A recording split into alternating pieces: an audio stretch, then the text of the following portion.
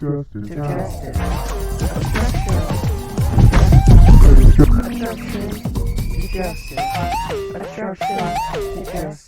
Justice now. Well, hello. And thank you for joining another Obstruction to Justice program where we discuss relevant topics of the day, highlighting legislative economic issues, community and business reports. And we definitely speak with great movers and shakers that are doing things in our community. I'm Ann Moles. Thanks for joining. Today, we're going to talk with attorney Donna Watson, owner of the Legacy Experience LLC. And attorney Watson will be sharing with us information about estate planning. Now, this is general information and should not be construed as specific legal advice. Welcome, Donna. Thank you, Ann. I'm so grateful to join your program today. Well, we're definitely glad that you joined. Most definitely.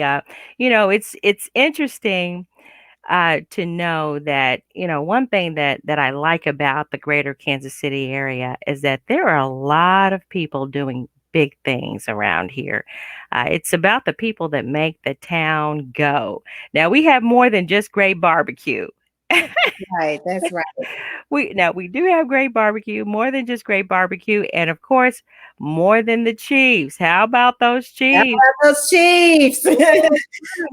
We're headed to that Super Bowl, and shout outs to them, big ups to them. But Donna, you're going to be sharing with us information about estate planning. Tell us about estate planning. What's going on? What should we know? Well, thank you so much. I'm really always glad to kind of share in this lane. It's something that I'm very passionate about. My day job is a trust administrator at Country Club Trust Company. But in addition to that, I have my own business where I provide estate planning resources to the community. And one of the things that I wanted to do with my life was leave some type of legacy that was important to me. And I didn't really know how to go about that. You hear about people that are benefactors and people who have charitable and benevolent intent, and they're able to leave such lasting legacies. And that always intrigued me.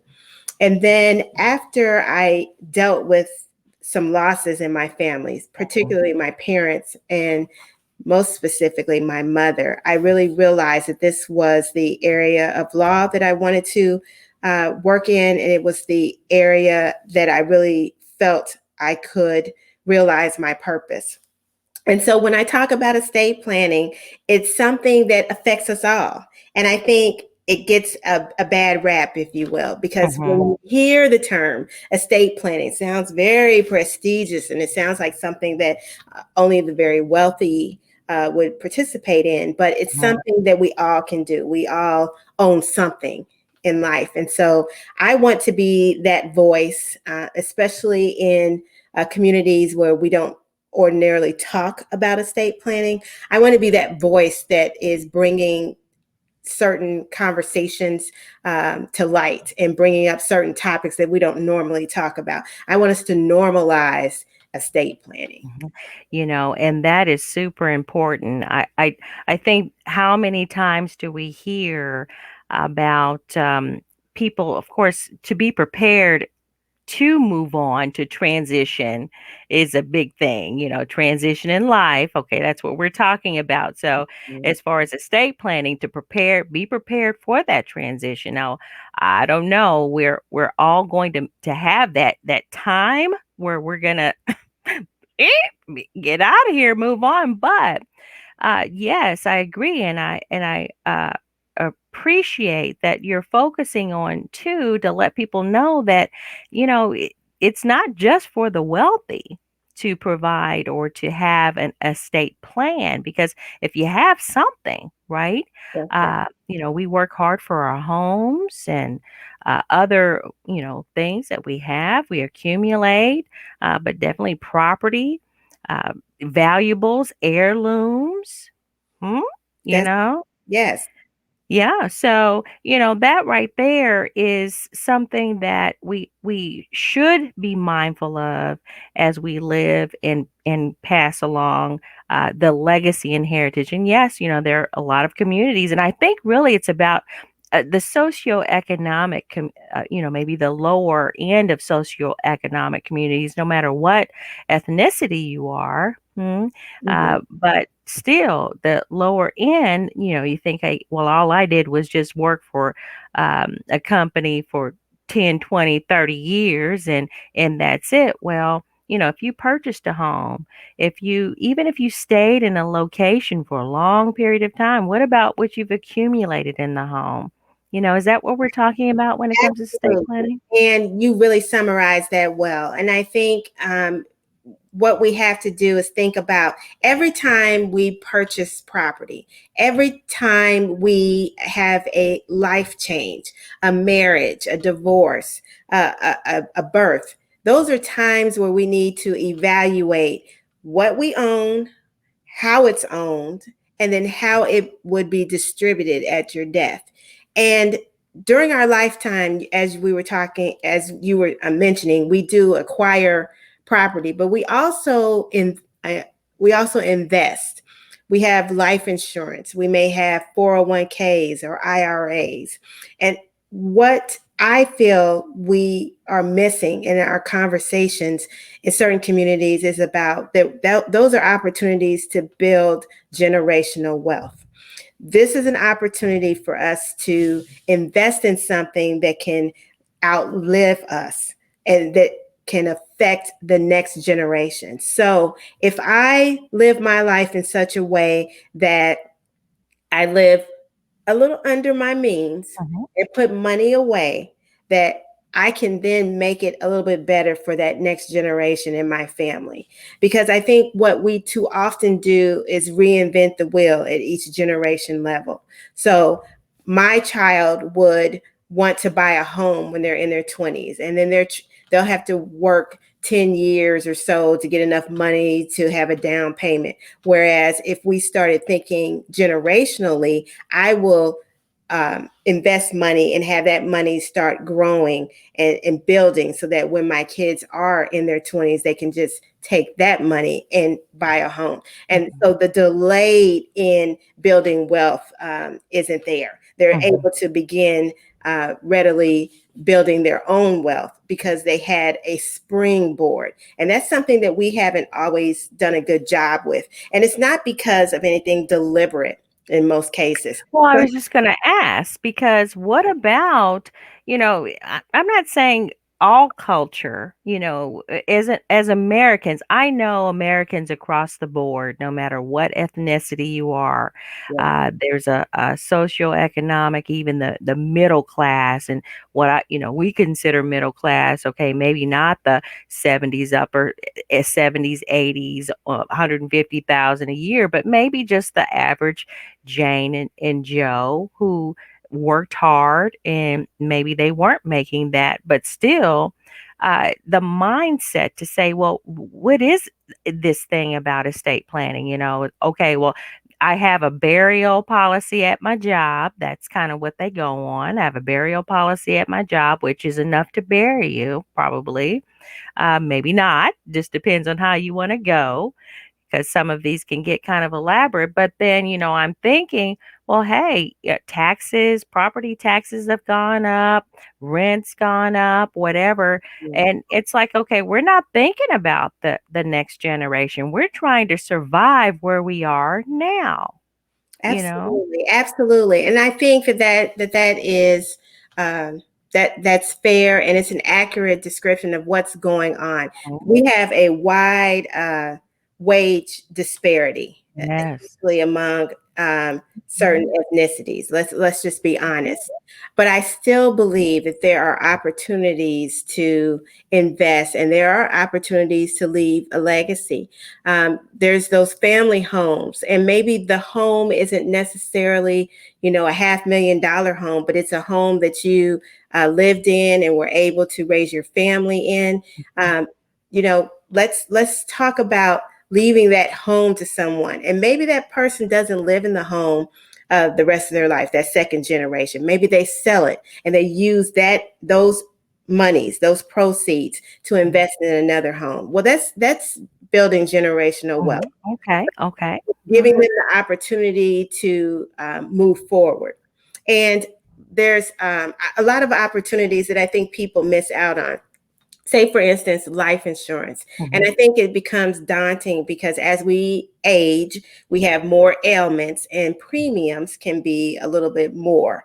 Let's just be honest. But if we invest in life insurance early in life, those premiums are rather affordable, and you can invest in life insurance, and that can be a way that creates some income replacement should something happen to you. Mhm. Mhm. And that's one aspect or one technique or device that I think people sometimes discount because they're thinking, oh well, I can't afford a $500,000 policy. Even if you had like a $10,000 or $20,000 policy, that's $10,000 or $20,000 that you could leave to your family to help them Sure. to address any bills or expenses after you die, or to help them so that they can use that money to invest in the market and then grow their own wealth. Mhm. So I Yeah.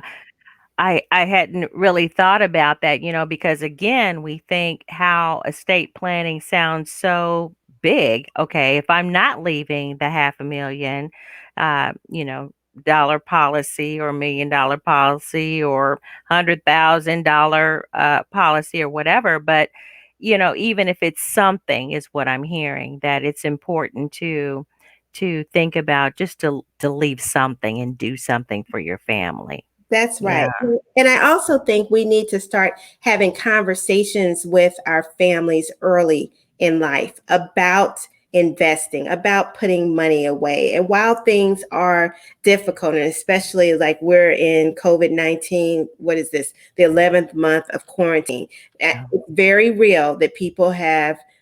Some of them have lost their jobs. Some of their hours have been reduced. These are tough times for a lot of people. So I don't want to sound like I'm not being mindful of where we are. But what Mhm. I also know is where we are right now is not where we will always be. And so we have to be poised and ready to pivot when circumstances change. So when people get back on their feet, and I do say when, because I am a believer that things always turn around. They do.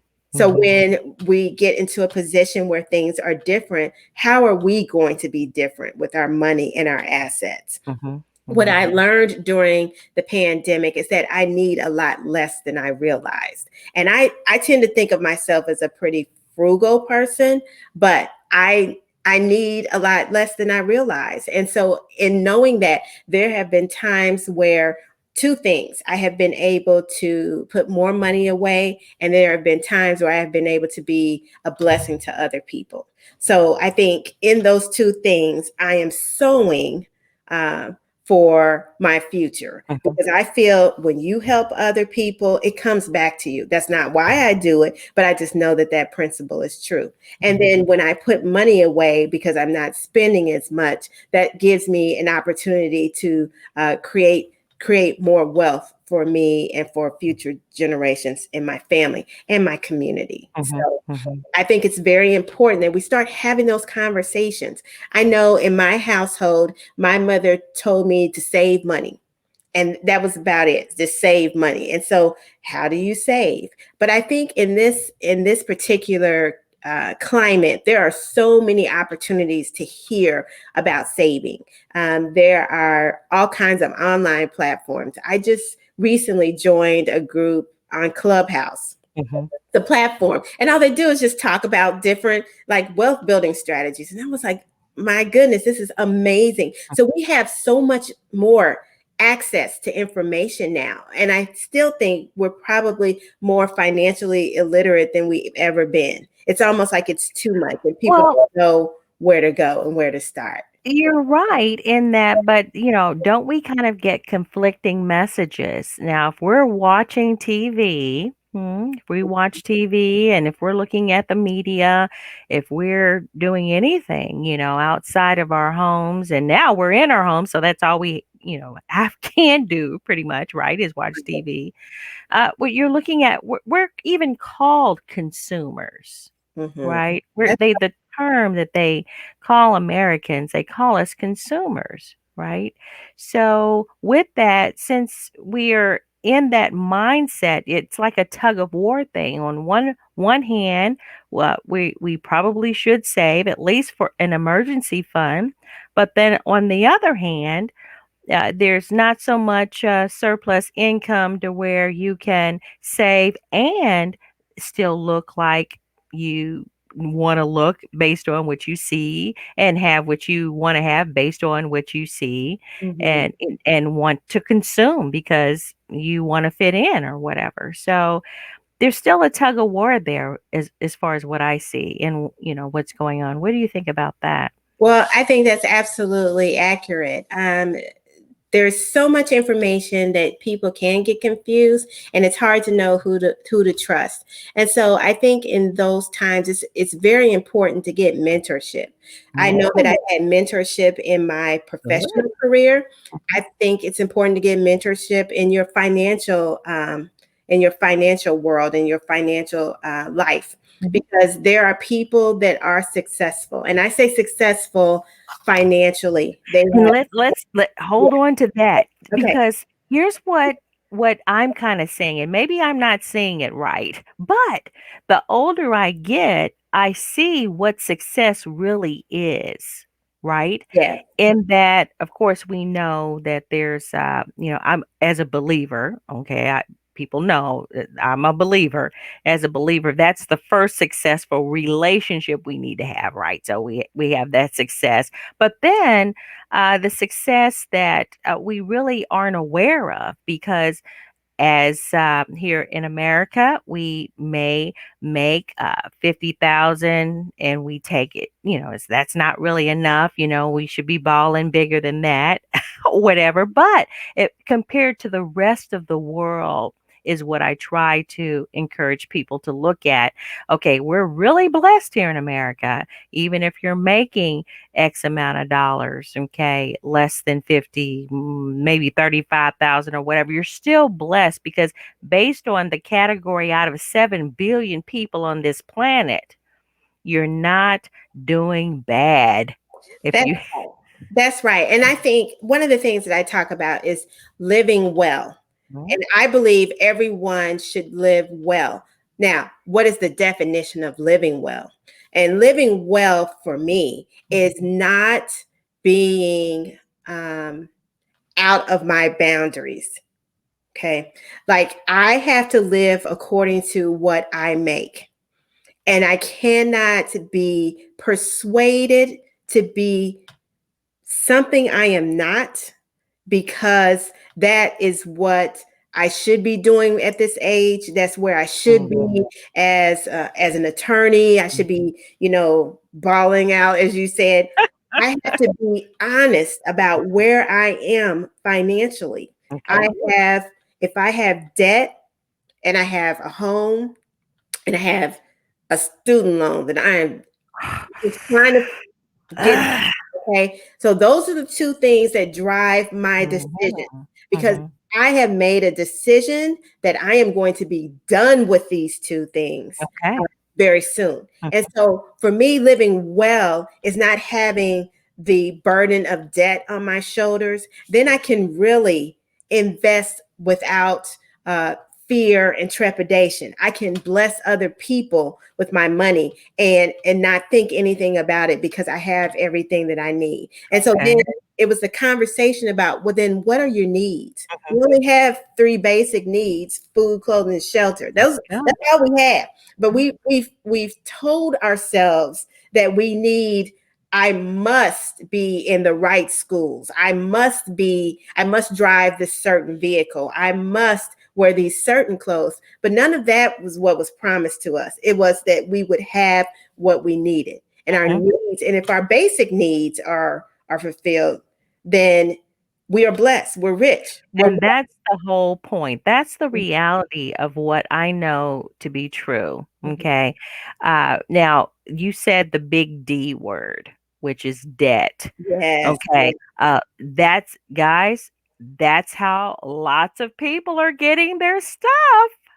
All right. Yes, Don't it be is. deceived about it. Don't be deceived about it because Yes. honestly, okay, so I don't want to say you can't have it all. You have to make choices. And if someone seemingly has it all, then you have to sometimes think about what choices did they make to get it all. And so when I think about all for me is being able to rest at night, knowing that I'm worried that if I swipe my card, it may or may not go through. Being able to know if an emergency comes up, and you talked about that emergency fund, that's huge. Like, you have to be able to put your hands on some money. And I think a lot of times we invest. We have retirement plans, but then when something comes up, we start drawing money out of that plan. And so really that's a debt. It's a debt to ourselves because we have an obligation to pay that back usually. Right. But we should be able to put our hands on some money. Okay. And I a few years ago took the Dave Ramsey course. Yes. And became a Dave Ramsey facilitator because I so identified with the principles that he spoke about. Very good And they were advice, very good principle. they were definitely how I was living my life. But it gets to a point where you have got to be so desperate to be free that you're willing to make some changes. And I know a lot of people that have great homes with a lot of furniture, and they have all the right things. They're in all the right groups, and they are miserable because they are burdened with debt. And then where they don't have the surplus income or extra income because they're having to pay the debt and there's no estate planning. Yes, that's right. That's right. Let's get back to that. Let's get back to I that. mean, it's full circle. It is Yeah. full circle. It is full circle. And so some of the concepts that I want us to really focus on today is that there's lots of things that everyone should do when we're talking about estate planning. So estate planning, we're building generational wealth. We're building wealth during our lifetime, but we're also planning about what we're going to do at our death. And so one of the things I tell everyone needs a durable power of attorney. And so what this document does, it assigns someone as your agent to act on your behalf. They can represent you in your financial matters. They can enter contracts for you. They can access your accounts should you become incapacitated. That's very important because sometimes people become ill. And I think about people that are single and may not have children or a husband or anyone that could readily step in. They need to assign someone as their agent under their durable power of attorney. Everyone should have that document. And especially in light of COVID-19, we saw people who were perfectly healthy one week and then pass away the next week. And so you need to have someone that's able to kind of access your financial affairs. Now, this durable power of attorney is only active and only gives authority to that agent that's assigned during your lifetime. So the person can't pass away and then you go to the bank and say, well, I have a durable power of attorney, because that power has expired at that point. But everyone should have one. It's just a way of just making sure that someone else can step into your role if you should become incapacitated, or just say you don't want to. I think about some of our seniors who are in facilities right now. And, a lot of those a lot of those independent living or dependent living facilities, they're not letting them go in and out. And so someone with uh, a durable power of attorney may be able to handle their affairs.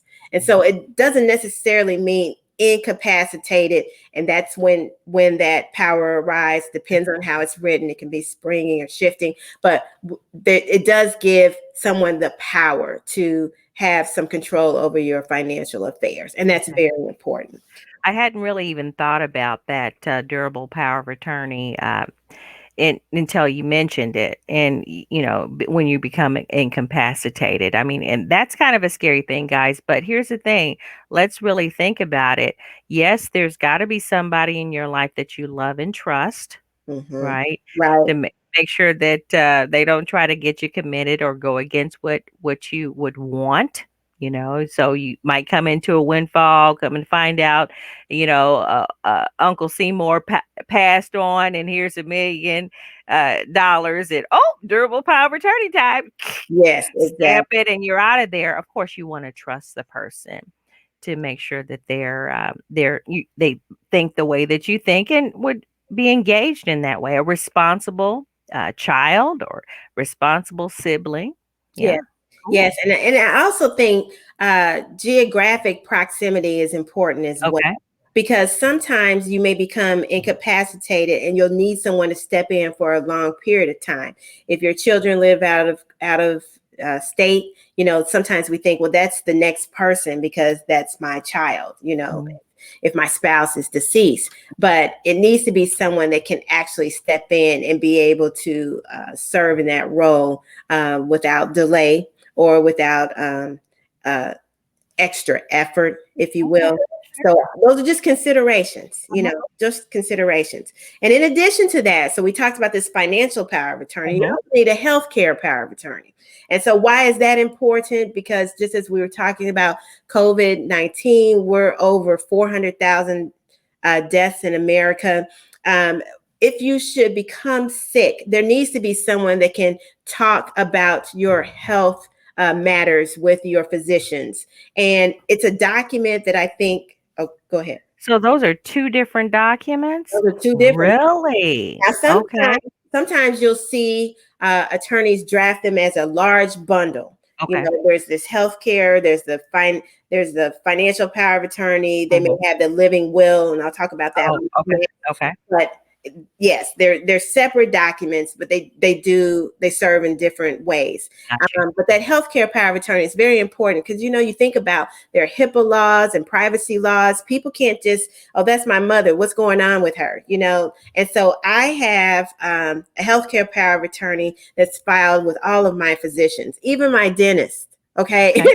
because you just never know, something can happen, Mhm. and that someone can step in and advocate for me or have discussions on my behalf. Mhm. Mhm. And so I also want to talk about that uh, living will and Okay. that DNR. It depends on where you are and what those documents are called, but it's the authority that gives someone information about what end of life procedures you really would like. And Mm. I think that that's the biggest blessing you can participate in, or that's the biggest blessing you can give to your family. Having Mhm. those thoughts and those preferences written out, Okay. written out, written out, so that if something should happen to you, your family's not vacillating between keeping you, on the machine or letting you go.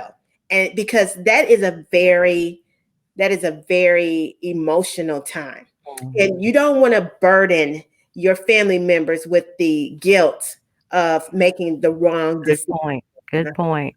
And Mhm. so having those conversations, letting your family know what your preferences are, it's important. And I was thinking about, Zoom, StreamYard, whatever platforms we use. We've been communicating with our families probably more during this quarantine than we had before. We'll have Zooms and we'll play games. We'll have Zooms and just chat. Mhm. But let's have some conversations about some things that maybe you haven't broached in the past, because it's important. And I know this isn't what people think about when they say estate planning. No. I haven't talked about property yet. All Okay, yeah, that's true. Come on. but that's important, okay? Yes. Because if you aren't here, Mhm. okay, then we have to have other discussions. And so we want to start having these conversations. And I know, people feel um facing their mortality, it's a hard thing, and it's uncomfortable because who wants to be the child that's like, hey parent, if you pass away, what am I supposed to do? I mean, that's not a great lead Mhm. off to a family discussion. And so what I tell people is to say, hey, I'm getting my matters in order. Mhm. These are the things that I'm doing out of curiosity. What are you doing? Oh, I haven't done anything. And this is the thing that often frustrates me. I'm going to be dead, so it won't matter. Yes, it will. Oh, boy, yeah, I've It heard that one will. too. Yes, Yeah. it will. And then you remind them of someone close to them that passed away, and then whatever ordeal or not that they had to go through. Yes, Mhm. it does matter. It matters because there's going to be someone that's going to have to pick up the pieces. Yeah. And if we talk about we love our friends and family, Yeah. Go ahead. let's show that love. Yeah. Let's Yeah. walk that love out all the way through. Mhm. Okay, getting those matters in line. In line, and we're talking about the legacy part, the heritage part. That's what there's the light bulb that just came on. If Hmm. you and you just hit the nail on the head right there. If you really love your family and you're talking about you love them, then deal with the legacy part to where we're in this life right here right now. We're not meant to be here forever That's it right here right now. Okay, there's right. other things that go on in life after whatever, but right here right now for this moment it's not that way. So when we say we love, we need to live our lives. What I'm hearing, Attorney Watson, huh, is Yeah. that when we live our lives, we live them on purpose to Mhm. know that there's a transition. There are transition moments. There will be a transition moment, and you want to make your life matter and count That's right. in That's your right. family. Mhm. Absolutely. And we do so much to demonstrate our love. Mhm. We'll have birthday parties. We buy Christmas presents. Mhm. We will celebrate our victories with one another. But why not, when we talk about a celebration of life, the Mhm. greatest celebration of life is when someone has transitioned and their things are in order, and Mhm. and you don't have that burden or that heaviness to Mhm. deal with because you're already grieving. And let me Yes. tell you, that is a difficult time to start making decisions. That's not the time to say, oh, am I going to sell a home? Am I going to keep a home? Am I Mhm. going to move? Am I going to? Because you're already taxed with so many other duties and tasks, and your emotions. Your Yeah. emotions can get the best of you during that time. So I think it's just so important to have these conversations early. Well, let's go ahead and I want to take a look at and we can come back and do the other part here. But Sure. I think that's kind of a good segue to let's look at your website Okay. and we can because you're just giving it's just great. You're giving so much information and having us redirect really the attention of all of life, not just the living right now, but carrying on the legacy and heritage. And here, my legacy experience, your website there. Yeah. Yeah. Now, as far as the background, there's a reason why you started this business here. Yes. Did we really get into that enough? Because I think No. I'm more intrigued now. Yes, yes. So Yes. in 2017, well, let's start. In 2016, Christmas 2016, my great aunt became ill. My mother was her caretaker, and we've always known my great aunt had some challenges at when she was a young child. She wasn't even expected to live past her teens, Mm, but she ended up living to the ripe old age of 97. Okay. And she always lived with us. And so our family has always been in a position where we've been caretakers to her. So I was always very clear about what my responsibility, and I say responsibility, would have been to my aunt. And my mother, she lived with my mother, and we would, as a family, help to support her in her needs. So fast forward into 2017, my aunt became ill and my mother became ill. And so my mother was this caretaker for my aunt, and both of them were ill at the same time. And so that became somewhat overwhelming. It was definitely a very emotional time for our family, but I was a person, and our family is a family of faith. I believed that my mother would be healed. And so when my aunt passed away, it was May 1st, 2017. I remember that day. I remember thinking, she lived a good life. She lived a long life. She was ill for 4 months of her 97 years. God be praised. Okay. Then that Friday, my mother died, the day of my aunt's funeral. And I was shocked. I was in shock. I was in shock because I was already grieving the passing of my aunt, and I could not believe that my mother passed that same week. Like, how did that happen? Wow. And I think not only was I shocked, I think I was trying to understand how I was going to navigate this new phase of my life without these two matriarchs. And in doing that, I was writing down everything that was happening to me. Oh, this happened. I remember trying to turn my mother's cell phone off, and they were like, oh, we need a death certificate. Oh, we need the program. Oh, we need some other proof that she's dead. And I'm sitting there thinking, okay, who's making up somebody's dead to turn a cell phone off? And so I was writing these things down because I was like, oh, I have to share this with other people. And the more I wrote, the more I realized, hey, this is something I could probably house in a story and deliver in a book. And then just going through administering my aunt's estate and my mother's estate, there were just so many lessons. And my mother and I always had very candid conversations, but my mother and I didn't talk about what she had. And we didn't talk about, what I knew what her plans were, but we never talked about what kind of financial legacy she wanted to leave for her church, for me, for her friends. And so when she passed away, that was when I really discovered things. And I was just so taken aback. And so then I thought, well, if my mother could do this, and my mother had an associate's degree, she was born in 1940, segregated Kansas City. If my mother could leave a legacy, I was going to leave a legacy. And let me say this, and so were a lot of other people's. So were a lot of other people if I had my say in it. And so that's why I wrote the book. That's why I was like, I'm getting back into estate planning. I don't care if I have to open up my own shop, hang out my shingle. This is what I'm going to do with the rest of my life. I'm glad that you did. I'm glad that you did. I mean, because when you think about estate planning, it's like, okay, guys, I've heard this before, right? But no, I really haven't. Okay. I haven't really heard it to the detail of where you're sharing it because look, as far as I thought it was just one durable power of attorney paper.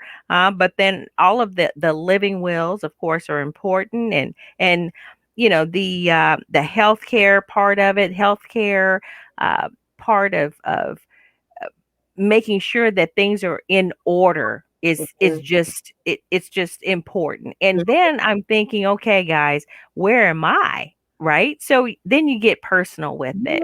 Yes, So, absolutely. And I think that that's just it. It's to raise consciousness among my peers, among the community. And I always say this: if there's one thing that you take away from any presentation that I am a part of, is do one thing. Do one thing in the next 30 days. And I don't care what that one thing is, but as long as you do one thing in the next 30 days. And I say 30 days because that gives you enough time to carve out a plan, to identify someone to help walk you through whatever that one thing is. And it's a short enough time horizon that you can stay accountable to get it done. Because I think sometimes our goals are too lofty and that we aren't specific enough. And so being able to just really decide that I'm going to make a change in one or two areas can make all the difference. And I think about when my great aunt and my mother passed away. My great aunt, because she was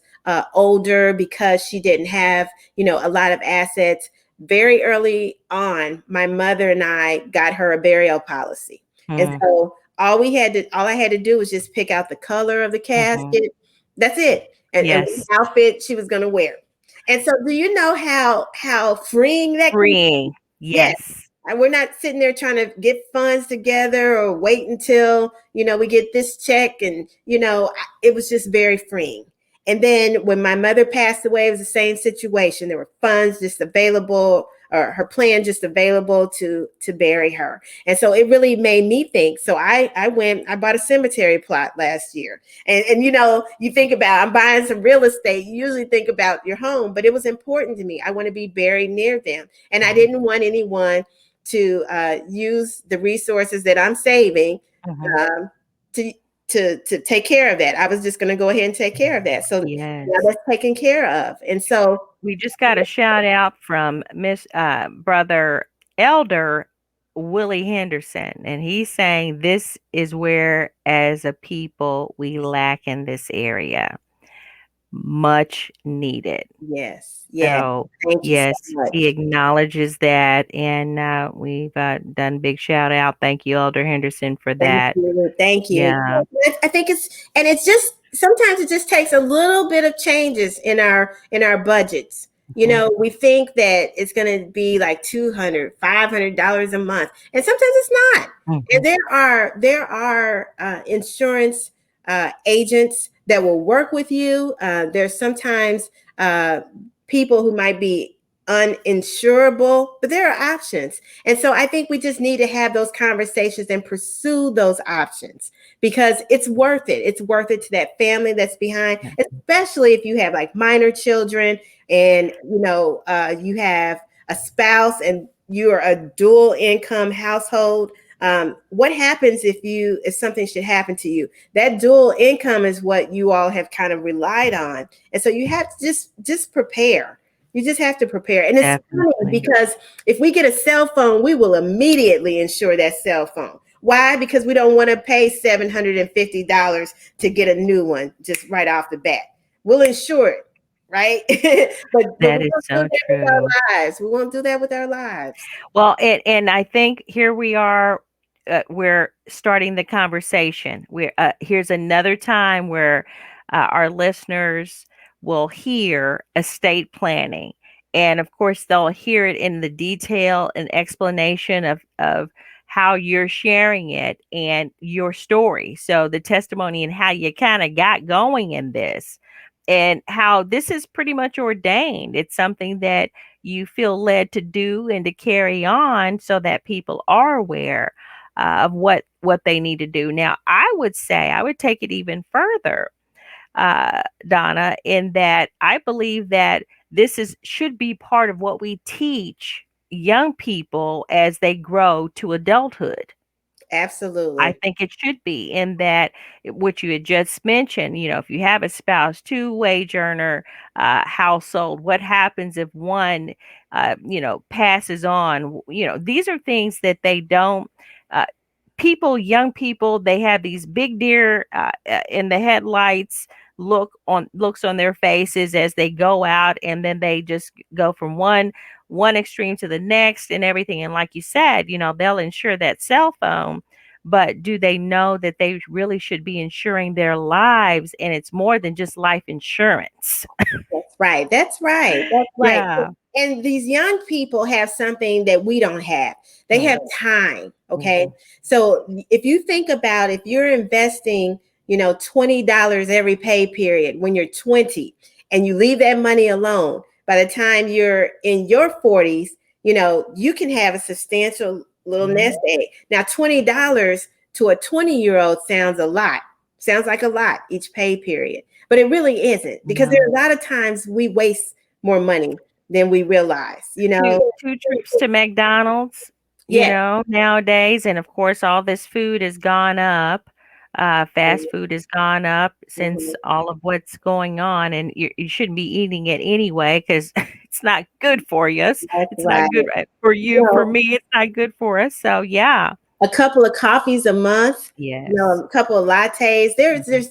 And I feel this way. I feel this very strongly. Where there's a will, there's a way. We will do whatever we really want to do That's true. financially. Sometimes we will borrow to do what we want to do. Well, why can't we That's be the that debt. jealous Mhm. about making sure we're building a financial legacy? Mhm. And so I think for young people, it's critical. I Yes, it tell my is. little cousins, they are 20 and 16, and I tell them, hey, don't spend every dime you get. Start saving. And I'll tell you, they've done wonderful jobs. Good. But they've had parents that have talked to them about not spending everything that they get, not being broke the day before payday. Okay, we Yes, very want to get true. to the point where we don't even notice. Oh, is it payday? Oh, okay, because we're not living so out of bounds. Mhm. And let me tell you, it's easier the more money you make, maybe. And I say maybe because if you're not disciplined, it does not matter how much money Say you that, make. most It does not. certainly. It does not Mhm. matter. I know That's why the guy that wins the lottery, he's broke in a year. Exactly, exactly. And Mhm. so get wise counsel. And Mhm. I kind of alluded to that earlier, but get wise counsel. And when I was talking about mentorship, that's important. There are people that you may look at and they seem visibly wealthy, but I'm going to tell you, real wealth doesn't it isn't ostentatious, okay? Mm. Real wealth kind Mhm. of is subtle. Mhm. And I think it's important to have conversations with people who are where you want to be. All right. So we Good. have mentors. Our professional mentors are usually people who are in our same career path or say in our same career lane, but have more experience. There are Mhm. people that have more financial experience. If you're investing with a company, there are usually financial planners that are available, and some of those, a lot of those services, depending on who you're investing with, are free.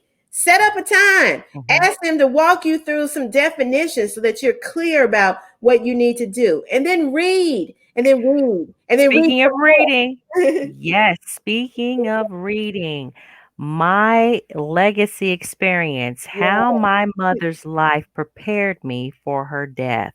Yes, yes. And so it's an easy read. And I'll tell you, I started the book and it was very much almost looking like a legal treatise. And my editor said, "Who's this book for? Your colleagues?" And I was like, "Well, no, but I mean, I want to have some credibility. I want people to know that, I know what I'm talking about." She said, "How about you share your heart?" Mm. And I said, okay. And just kind of changed the whole trajectory of the book. But what I believe, it's an easy read. It's very relatable. Everyone has someone that they're close to, and then they passed away. And I literally walk you through all of the things that I had to consider when administering their estates. And I had to embrace the language, had to understand the terminology that's related to estate planning, because I think sometimes terminology intimidates people. Yes. What do you mean by probate? I don't know what that is. And so I have definitions at the beginning of each chapter and literally walk you through. Not only can you administer someone's estate when they die, you can build your own estate. And we talk about ways to do that. What vehicles are in place so that you can amass financial wealth, because we Mm. we have other wealth. We want to be spiritually well. We Yes, want to be yes. We want to be balanced people. We want to have good hearts and be able to be settled and secure in ourselves. But we also want to have a financial holdings. Let's put it that way. Yes, Financial we holdings. definitely do. Yeah, Now, yeah, I'm excited about this book. I think when I see it, it's like, okay, this can be a gift for any person. It should be, any young person, any person of any age. It's like, who is this book for? yeah. This book is for everyone. It's for everybody. It is for everybody. And one of the things I want people to read it before they need to read it, Yes, because I yes. think sometimes it's not until the death occurs, it's not until, there's the drastic change in circumstances with some family's members' health. And then they're like, I need to get your book. I need to read it. I need to read it. Read it when it's not urgent. Mm-hmm. Read and reread it. And I'll Because, tell you, yes, and go I'll ahead. tell you, it's important because the stress of the moment, you won't be able to process everything. You'll get nuggets because there's nuggets in there. There's some good stuff in there, but it's important also to read it when you're not tense, you're not grieving, and you can read it and appreciate the story because you'll find it's relatable. But Cool. that's what I've been told. That's no doubt. And what I was going to say too is it sounds like something it's like we have the word, right? That's my holy grail, the Bible. That's the only grail there is, right? But in that, and I'm sure he speaks of everything that we've already talked about, and scriptures come to mind.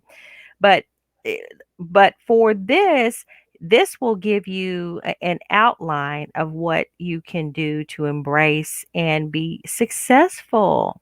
I hear success. I hear legacy. I hear heritage. So it kind of flips the script in that people are like, okay, well, estate planning, what does that mean?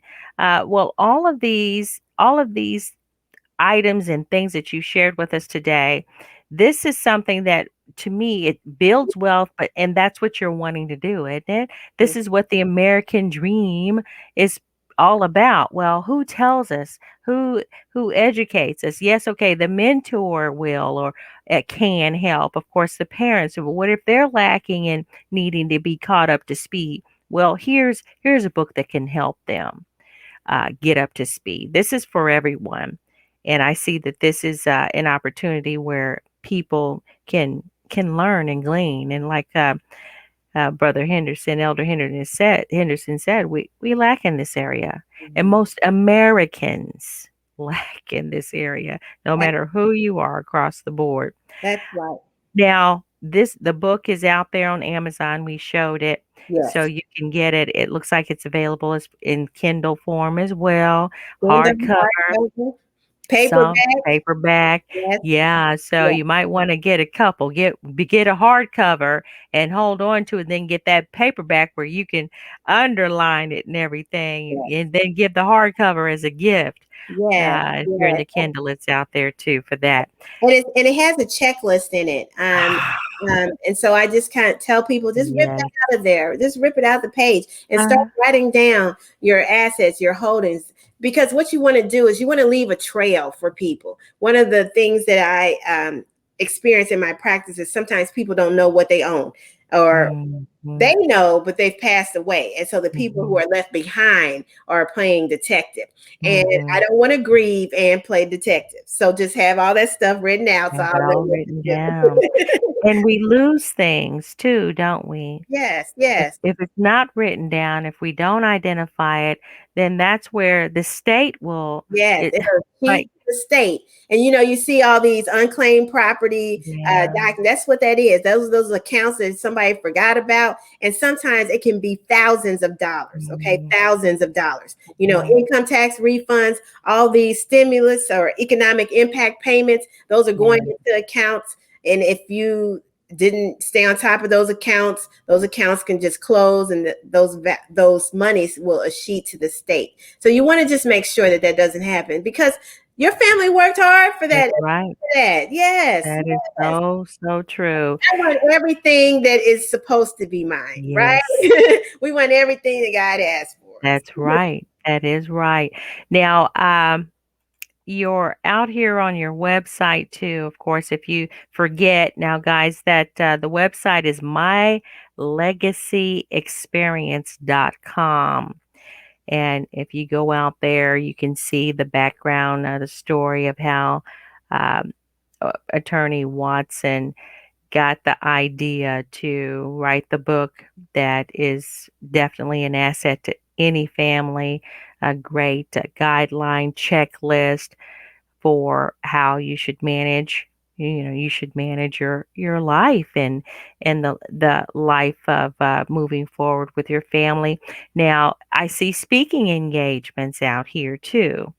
Yes, and so one of the things that happened with this is that as I when I wrote the book, I had a launch, and then people were like, "Hey, can you come and speak to this organization? Can you speak to this women's group?" And I've just been blown away by the opportunities that I have received, and it's important to me because I think I have a unique voice, not just the way I sound, but my story and Yes, my voice is very unique, timely. and I want to share that with as many people as possible. And in addition to that, last year, because of COVID, there were some speaking engagements that got canceled. Some of them switched to virtual platforms. But then I was able to create podcasts. And so that gives on demand information about a variety of estate planning vehicles. So there's one on probate, there's one on trust, there's one on life insurance, there's one on investing. And so I continue to build that portfolio so that people have resources so that they can hear. You have to study in order Yes, you to do. to for things to digest. And so the podcasts are examples of ways for people to hear this information and rewind it if they need to. Now, what did she say? Now, what was that? And so that information can resonate in their spirit and they can be moved to action. Because that's my whole goal. I want people to be moved to action. Yes, That's right. yes, Good. for some people, I can help with facilitating some of their goals, but the whole point is I want to reach as many people as possible to encourage them to leave this legacy, to encourage them to take some action. Because I promise you, your family will be blessed if you do so. And this would be a legacy and a heritage that you could pass down through generations too, Yeah, guys. yeah. You learn it, teach your children, then your children teach your grandchildren, just to where that way it accumulates and you come to have a lifestyle that is better than the one before. Yeah, That's pass that on. And one of the last things I want to say is, and Mhm. so I don't like people living in condemnation. Okay, so Mhm. maybe for 45 years, you just had debt to the hilt, and your credit's bad, and all kinds of situations are going on. You Mhm. know, I think anyone that has a testimony of getting on the other side will know that sometimes in life things happen to you. Okay, Yes, they but it do. is never too late. Never. It's Oh, never too late. I don't care if you start today and yes. you have 10 more years. It was not too late. Why? Because these last 10 years were your greater 10 years. So I just want to encourage anyone who's thinking about making some changes, who's thinking about uh, um, even incorporating a budget into their lifestyle. You can do it. It's never too late. It's never. Yes. And that's hashtag never too late on Yes, your yes, social media. yes. Most definitely. Wow. W- we need you to come back. We need you to come back. Yeah, I don't know if I got through all the documents that I wanted to talk about, but I think the thing with this is so much to talk Yeah. about, right? Yeah. And I get excited, and so I'm sorry if I kind of veered off, No, but no, you did great in that you've given us wonderful information, something to take on, this general information that a person can take and use it to where they can grow from it. And that's really kind of what we talk about anyway out here at Obstruction to Justice. Yeah, we want to do all we can to support our communities, and really the communities get better when the families get That's it. better. That's absolutely, that's it. That's Yes. everything. That's everything. We have strong, healthy, financially fit families. We will have strong, healthy, financially fit communities, and we'll be able to make a difference in this world. Yes, Yes, yes, absolutely. most definitely. Yes, you'll have to come back and we'll Hey, kind of we'll pick something, and because this is rich, it's very good, very good. I do want to let everyone know too, just kind of give us an update on where we are with the ASBNC Scholarship Fund. Now, we do support nonprofit organizations that are supporting young people as they work remotely and online.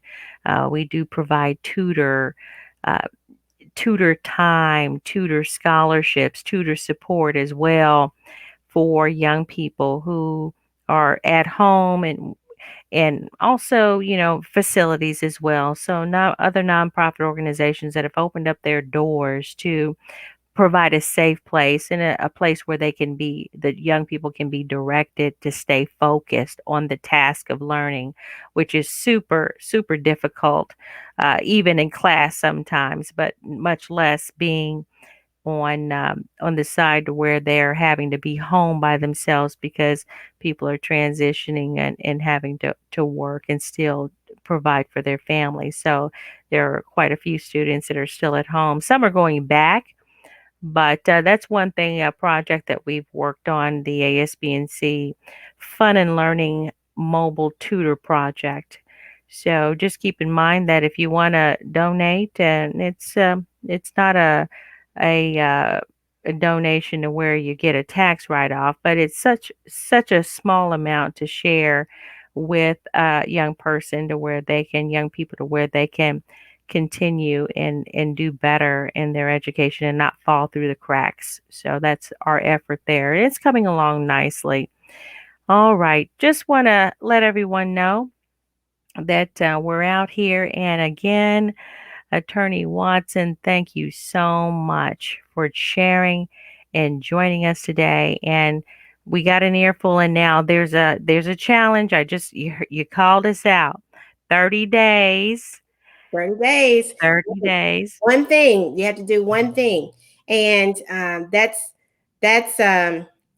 that'll get you excited and get you started on this path and this journey, because you'll always be making changes. There'll always be opportunities to do something else, but if you just make that one step, I promise you the second and third steps will be a lot easier. All right, all right. We're looking forward to moving forward and doing better. Thank you again. And thank you for joining another Obstruction of Justice program. We'll see you soon. Take care. Goodbye. Justice